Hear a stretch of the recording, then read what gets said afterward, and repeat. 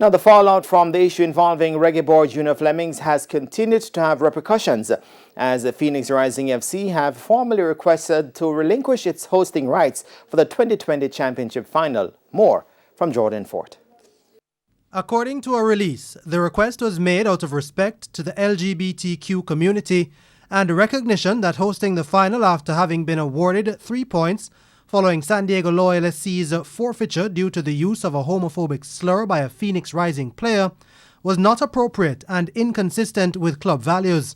Now, Rising FC's Governor Burke Bakke said, quote, "While our dream has been to host a USL Championship final in Phoenix, the integrity of our club and the city comes first." Bakke was also quoted as saying, "If we are fortunate to prevail over a very strong opponent in El Paso Locomotive and earn a position for our team to play in the USL Championship final, we would prefer to shine a positive light on our commitment to the LGBTQ community and amplify the need for acceptance and equality in professional sports." End quote. Phoenix Rising FC will play El Paso Locomotive in the Western Conference Final after beating Reno 1868 FC at the weekend.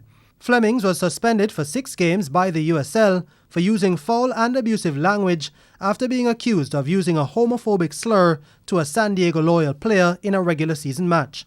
He was also fined an undisclosed fee and placed on administrative leave by Rising FC for the remainder of his contract, which ends at the end of November.